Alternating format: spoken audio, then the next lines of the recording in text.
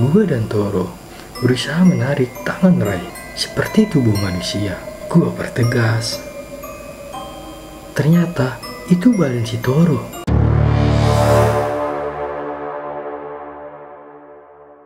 Assalamualaikum warahmatullahi wabarakatuh.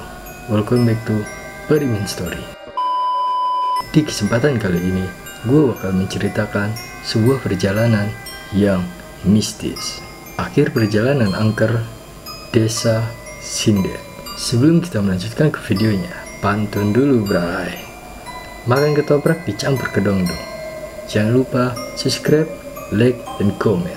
Semoga yang sudah subscribe diberikan sehat jasmani dan rohani dan dimudahkan dari segala munajat-munajatnya. Oke, kita langsung ke ceritanya. Di sini aja.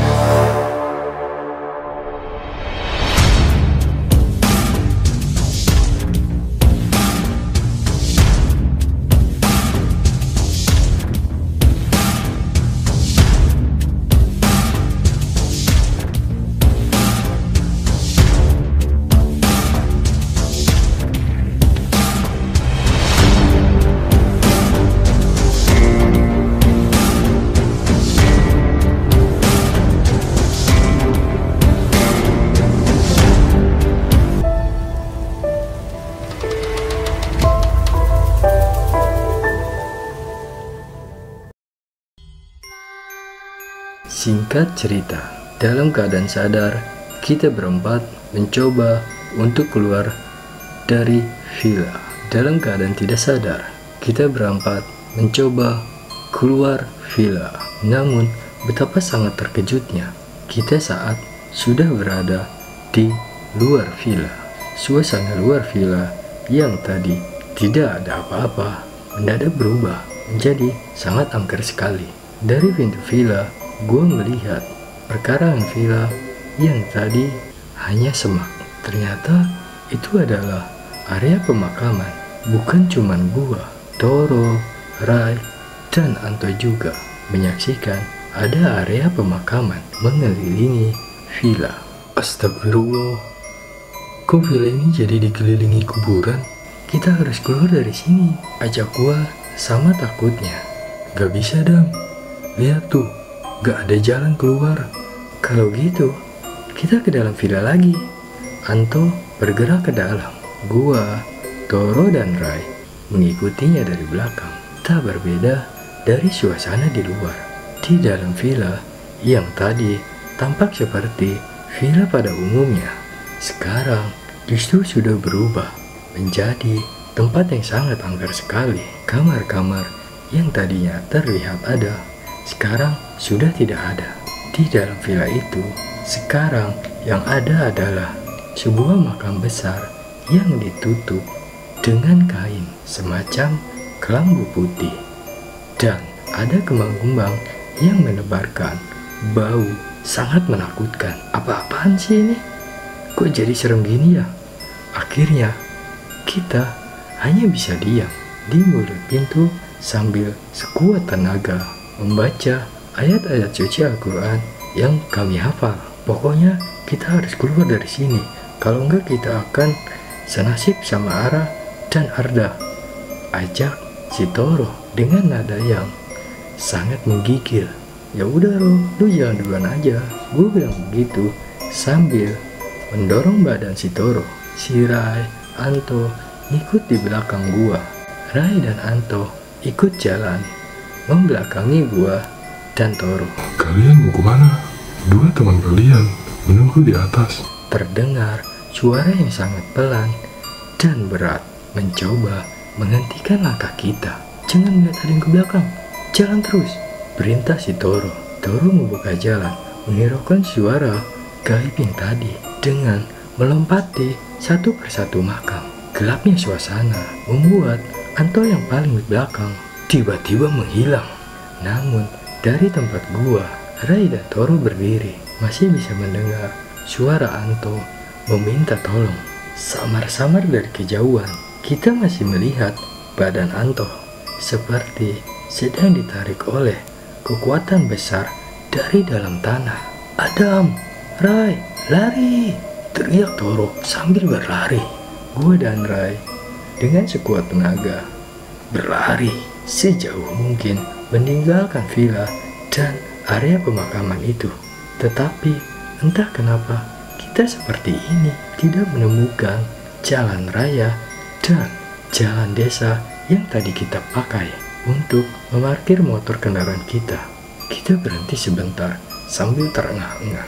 Namun di detik itu gue melihat kirilan Ray yang ditarik sama kekuatan gaib yang muncul tiba-tiba dari semak-semak. Tahu Ray ditarik, gue dan Toro berusaha menarik tangan Ray, tapi apa daya, kita kalah kuat dan akhirnya Ray hilang di tengah kegelapan. Dan lebih baik kita berpencar. Mungkin itu satu-satu jalan supaya makhluk gaib itu terpecah. Saran Toro ke gua. Di saat itu juga, tanpa banyak omong, gue langsung mengiyakan. Pokoknya, siapa yang selamat di antara kita? Cari Bahans, kata gua yang sangat ketakutan ke Toro. Oke Dam, selamat tinggal, ujar Toro sambil berlari ke arah kiri gua. Tinggal gua seorang diri di tempat seangker itu. Gua akhirnya memutuskan mengambil jalan ke arah kanan. Desa Sinden mencekam dan angker yang gua ambil tadi pas bersama Toro ternyata mengarahkan gua ke jalan setapak. Kalau bukan untuk menyelamatkan diri dari villa angker, area pemakaman yang sudah menghilangkan arah Arda, Ray, dan Anto. Rasanya gua nggak berani untuk melewati jalan setapak itu.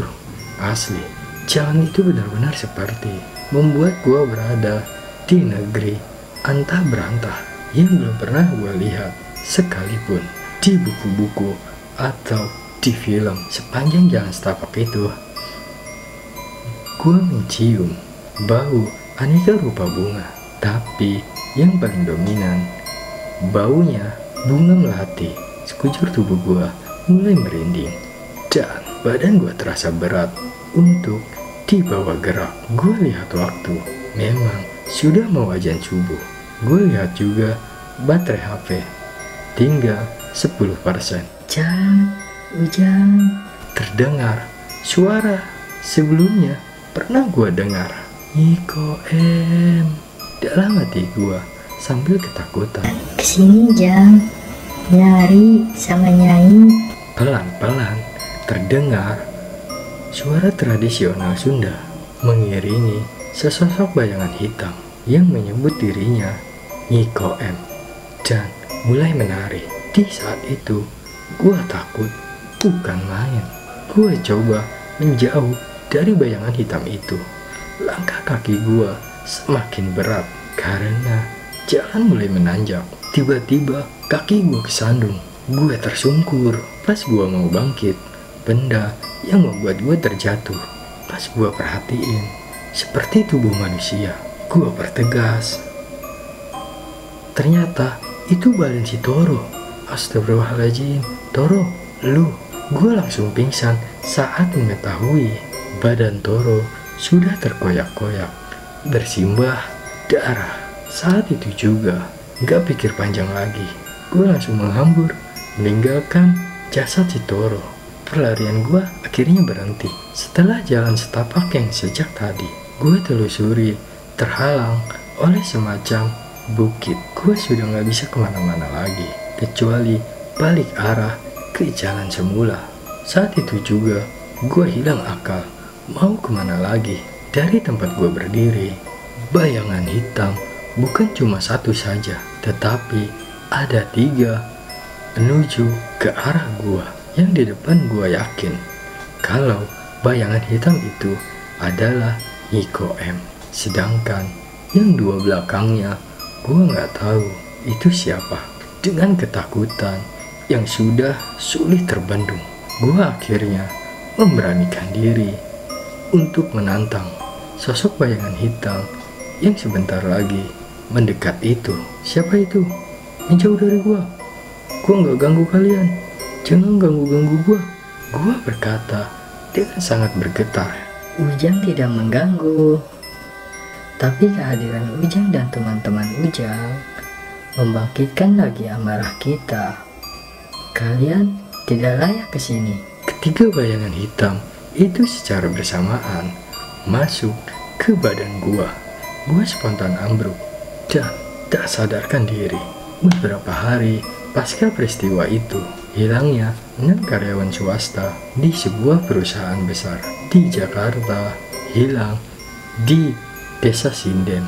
Pak Hans mengangkat karyawan baru yang dia ajak sendiri untuk bergabung. Ke-6 karyawan baru bawahan Pak Hans itu adalah orang-orang terbaik Pak Hans yang dia bawa dari kantor sebelumnya. Posisi Pak Hans semakin kokoh setelah ke-6 karyawan baru itu masuk ke perusahaan tersebut.